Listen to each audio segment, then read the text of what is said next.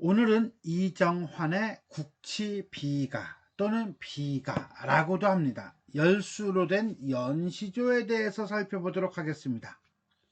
이 작품은 병자호란이라는 국가적인 수치를 당한 괴로운 심정을 노래한 연시조입니다. 인조 14년 청나라가 조선의 군신관계를 요구하고 조선이 이를 거절하자 20만 대군을 보내 조선을 초토화합니다. 결국 인조는 삼전도에서 굴욕적인 항복을 하고 아들인 소현세자와 복림대군이 볼모로 잡혀가는 치욕을 당합니다. 이 작품은 청나라에 잡혀간 왕자들에 대한 그리움과 걱정, 그리고 병자호란의 치욕으로 인한 비통한 마음 등을 10편의 시조로 담아내고 있다라고 보시면 되겠습니다. 자, 시조니까 짧긴 한데 10편이라 좀 길어요. 그래가지고 우리가 이제는 이걸 읽고 구절풀이 들어가지 않고 바로 구절풀이로 들어갈 겁니다. 그러면 한번 볼까요? 일수. 한밤중에 혼자 일어나 묻노라 이내 꾸마. 말리 요양을 어느 사이에 다녀왔는고. 반갑다 학가 선용을 친히 뵌 듯 하여라. 자, 한밤중에 라고 되어 있는데 이게 시간적 배경이겠죠? 혼자 일어나 묻고 있어요. 누구에게? 꿈에게 묻고 있어. 묻노라 대화체죠? 그리고 이내 꾸마 꿈에게 너에게 묻는다 이렇게 바꿔야 될 것 같아요. 그러니까 이거는 뭐야? 그렇죠. 도치법에 해당한다 라고 보시면 되겠습니다. 한밤중에 일어나서 물어봤어요. 내 꿈에게 뭐라고? 말리 요양을 너 언제 다녀왔니? 이런 거예요. 그럼 여기서 말하는 말리 요양이라고 하는 것은 요양은 청나라 심양, 즉 소현세자가 있는 곳이에요. 그러면 거기에 언제 갔다 왔니? 라고 하는 거 보니까 여기 갔다 오는 꿈을 꾼 거죠. 그러고 난 다음에 학가 선용을 친히 뵌 듯 하여라 라고 했으니까 결국 꿈속에서라도 뭐 하고 싶은 거예요. 그렇죠. 학가 선용을 보고 싶은 소망이 어느 사이에 다녀왔는 것 속에 들어있다는 겁니다. 그럼 학가 선용이 뭔데? 라고 했더니 이건 학가라고 하는 거냐 가짜가 수레 가짜예요. 그래서 세자가 탄 수레를 학가라고 보면 되겠습니다. 여기서 말하는 세자는 소현세자가 되겠고요. 친히 뵌 듯 하여라 한마디로 왕세자를 보고 싶은 마음 정도로 보시면 되겠네요. 자, 일수는요 청나라에 끌려간 두 왕자 소현세자와 복림대군에 대한 그리움 정도로 보시면 되겠습니다. 이수 보겠습니다. 풍설 섞어친 날에 묻노라 북내사자야. 소해 용안을 얼마나 추우신고. 고국에 못 죽는 고신이 눈물겨워 하노라. 자, 풍설이에요. 바람 풍자에다가 눈설자죠. 그게 마구 섞여서 내리는 날. 한마디로 뭡니까? 그건 시련, 고난의 현실이죠. 자, 병자호란으로 인한 피폐한 현실이에요. 북내사자라고 했는데 이 북내사자는요 북쪽에서 온 사자 정도로 본다면 청나라에서 온 사신이라고 볼 수 있을 겁니다. 자, 그런데 이 풍설 바람 불고 눈보라 치는 날 어디서 바람 불고 눈보라 쳤겠니? 북쪽에서 바람 불고 눈보라 쳤겠죠. 그래서 이 북내사자를 풍설로 해석하는 사람도 있습니다. 조금 더 구체적으로 본다면 이렇게 볼 수 있는 거예요. 북내사자란 세자 일행을 요양 땅까지 수행했던 사람이에요. 그래서 화자가 꿈속에서 만난 그 사람 또는 상상 속에서 만난 그 사람에게 말을 건네는 형식으로 보는 경우도 있고요. 두 번째는요, 좀 전에 얘기했듯이 이 풍설을 얘기하는 경우도 있습니다. 그래서 이 화자가 풍설에게 세자의 안부를 묻는 형태, 그러면 의라가 되겠죠 라고 보기도 합니다. 소해용안, 용안이라고 한 거 보니까 왕세자가 얼마나 추우신고. 자, 화자는요 묻는다고 그랬어요. 뭘 묻겠습니까? 그렇죠, 이거를 묻겠죠. 자, 그래서 결국 북내사자에게 묻는 말은 왕세자에 대한 걱정이라고 보면 되겠네요.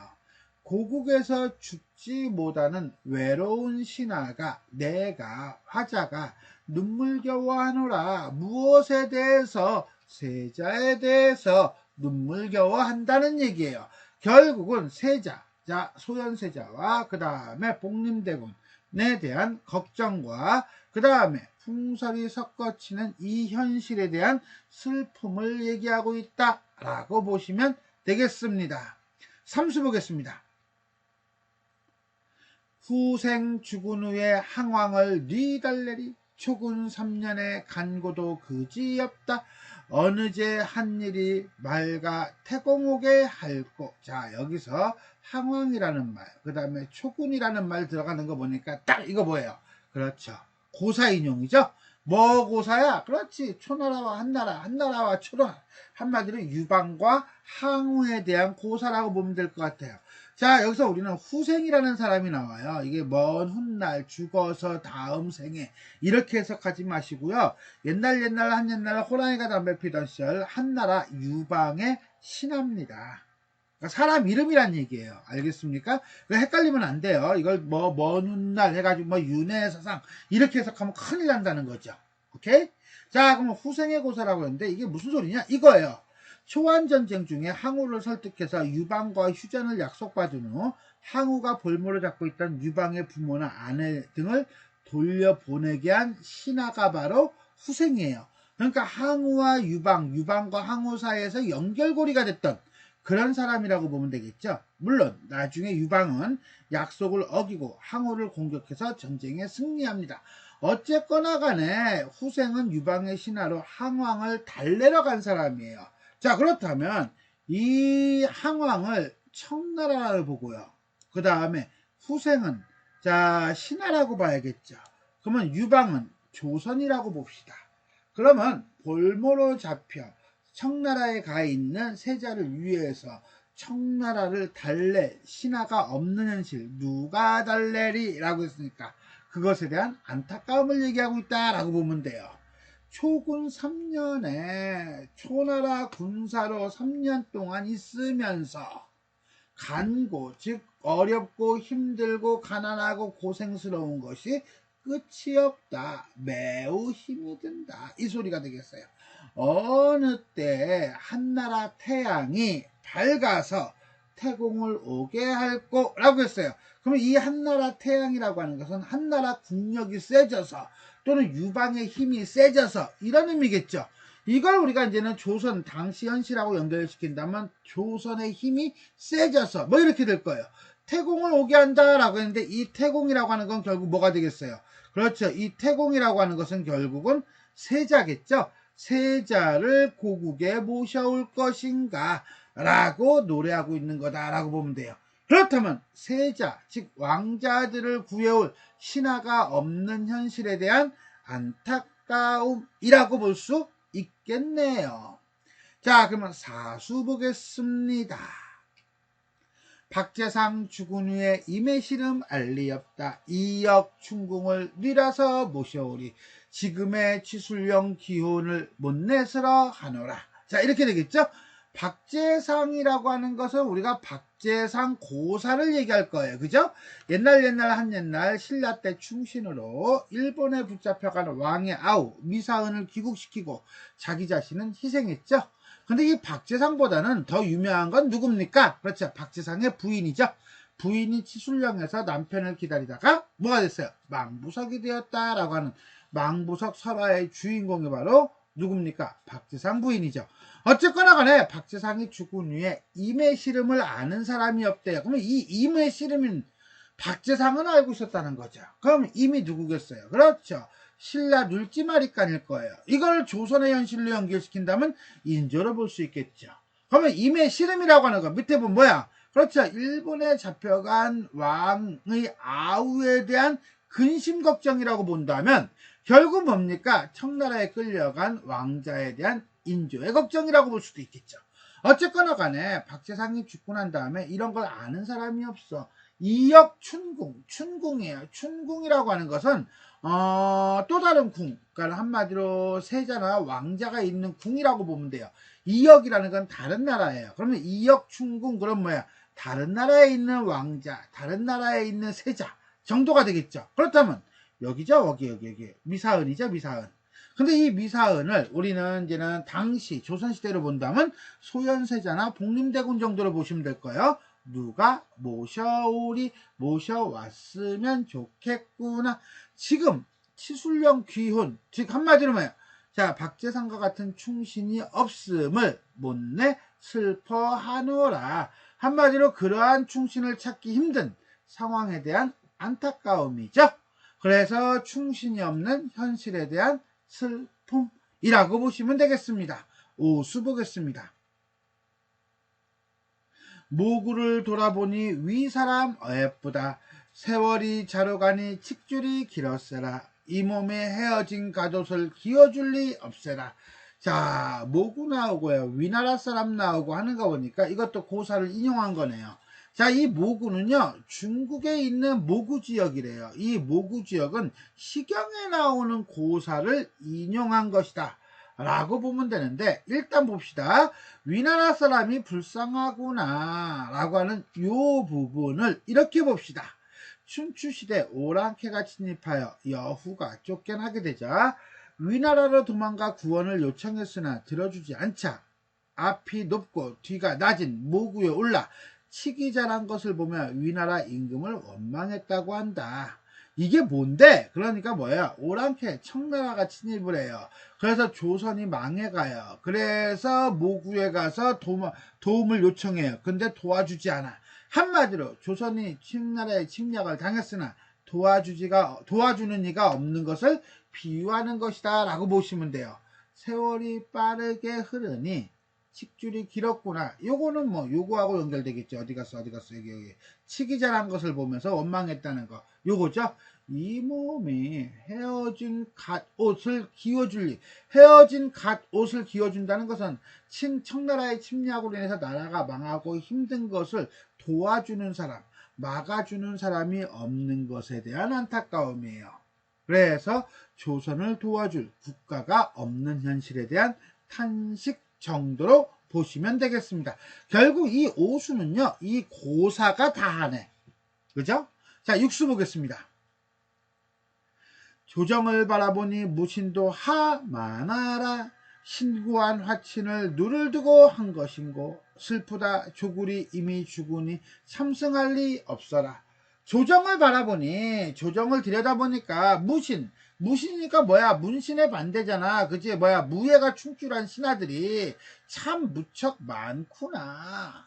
그러면 싸우면 되지. 왜 안 싸우고 이 어렵고 치욕스럽고 고통스러운 화친을 했냐 이거야. 한마디로 병자호란 때는 주전파와 주화파가, 즉 척화파와 주화파가 싸웠잖아. 그걸 얘기하는 거야. 그러면서 이제는 화친을 한 것은 도대체 누구를 위해서 화친을 한 것이냐.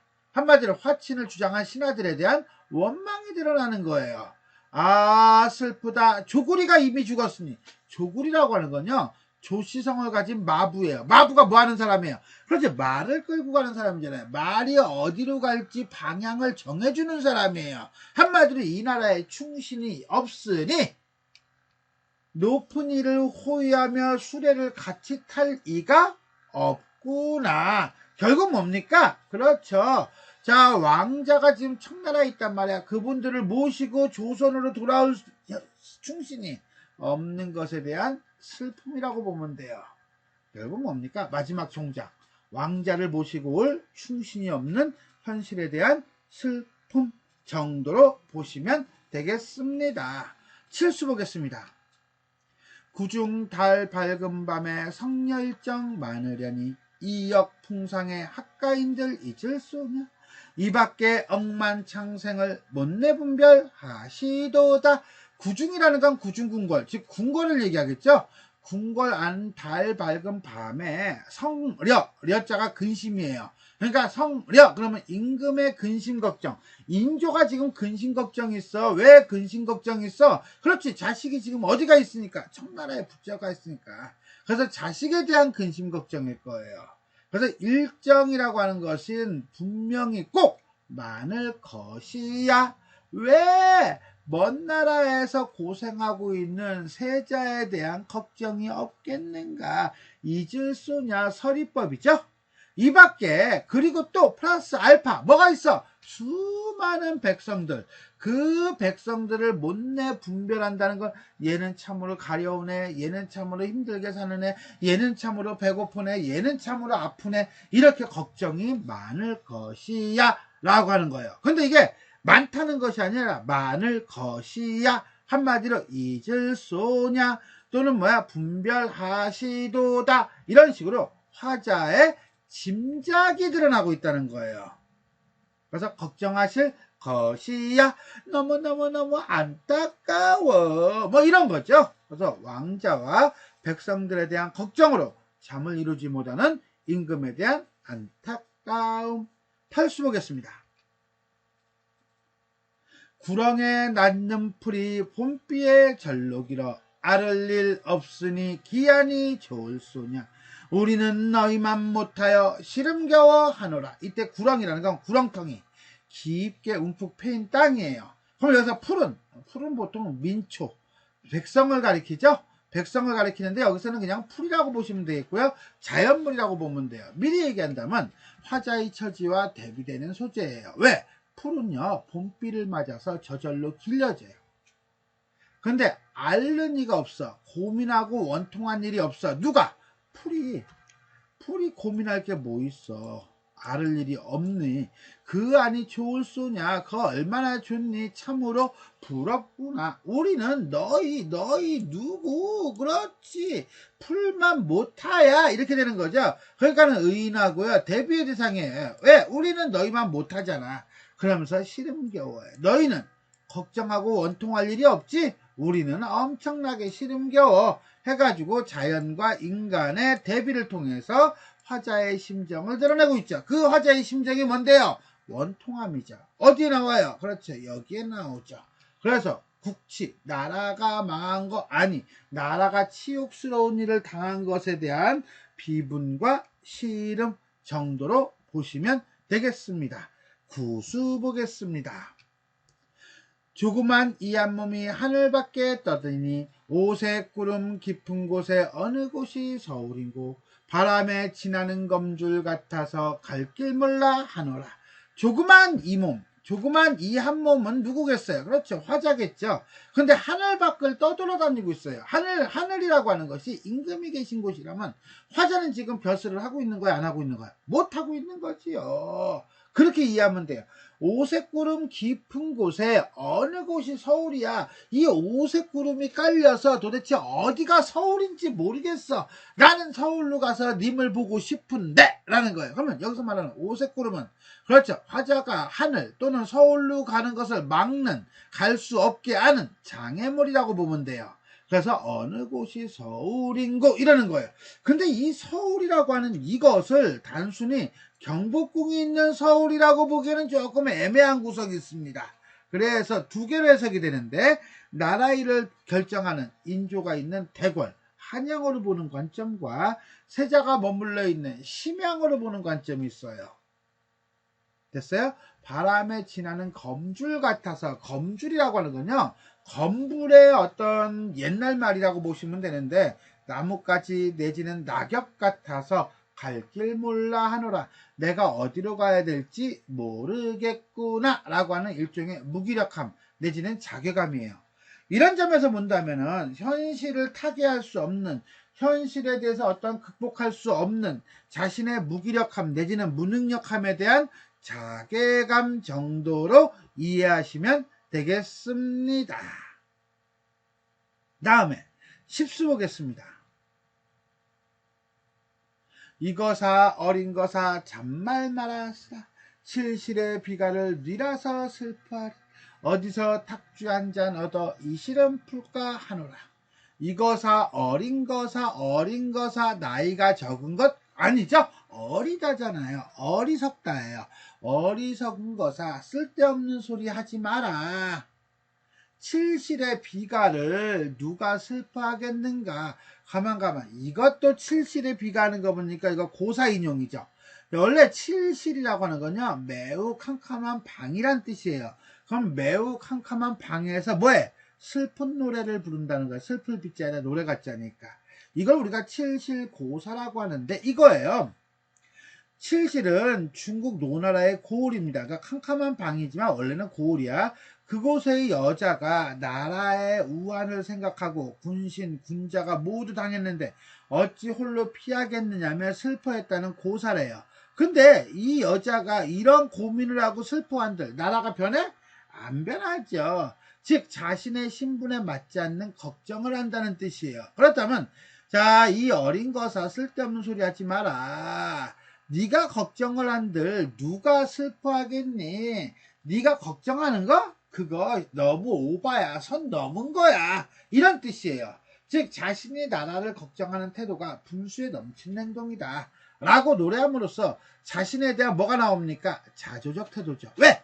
하늘을 가지 못했잖아. 그러니 에라 그냥 뭐 막걸리나 한 잔 얻어먹고 이 시름 어떤 시름 나라에 대한 걱정을 풀까 하노라요. 그럼 여기서 말하는 탁주는 그래서 막걸리는 화자의 슬픔을 위로하는 소재라고 보면 되겠죠. 결국 술로 시름을 달래는 화자예요. 결국 가만히 읽어보니까 일수부터 나라에 대한 걱정을 막 하다가 마지막에는 에이 내가 무슨 걱정을 해 내 처지에 내가 뭔 재주가 있다고 그냥 술이나 먹자 뭐 이런 식으로 마무리 짓는 조금 뭐랄까 뒤끝이 좀 황당하다고 해야 되나 어이없다고 해야 되나 그것도 떡밥이 다 안 걷어들이지 못한 그런 느낌적인 느낌을 가지고 있습니다. 자 이렇게 해서 우리는 이정환의 국치비가 열수를 살펴보았습니다. 그럼 전체 한번 정리하도록 하겠습니다. 정영시고요. 연시조고요. 우국적 나라를 걱정하는 마음이고요. 청나라의 볼모로 잡혀간 두 왕자에 대한 그리움 또는 병자호란이라는 치욕에 대한 비통한 마음을 다루고 있습니다. 역사적인 사건 병자호란을 배경으로 하고 있으며 자연물과 인간을 대비하고 있습니다. 우리는 자연물과 인간을 대비하는 쪽에다 포커스를 맞출게요. 왜? 병자호란은 내내 얘기했잖아. 그래서 구렁에 낳는 풀은 뭐예요? 앓을 일이 없죠. 근데 우리는 뭐예요? 너희만 못하죠. 즉 인간사를 시름이 없는 자연과 대조하여 화자의 비통한 마음을 선명하게 부각하고 있습니다. 두 번째, 의인법, 반복법, 대조법, 인용법 등 다양한 표현 방법을 사용하고 있다. 자, 의인법이죠. 내꾸마라는 거예요. 이렇게 해서 의인화된 청자에게 말을 건네는 형식을 쓰고 있습니다. 또 하나 여기 이거죠. 이거 뭐 다녀왔는고 또는 뭐야 추신고 이게 반복법이에요.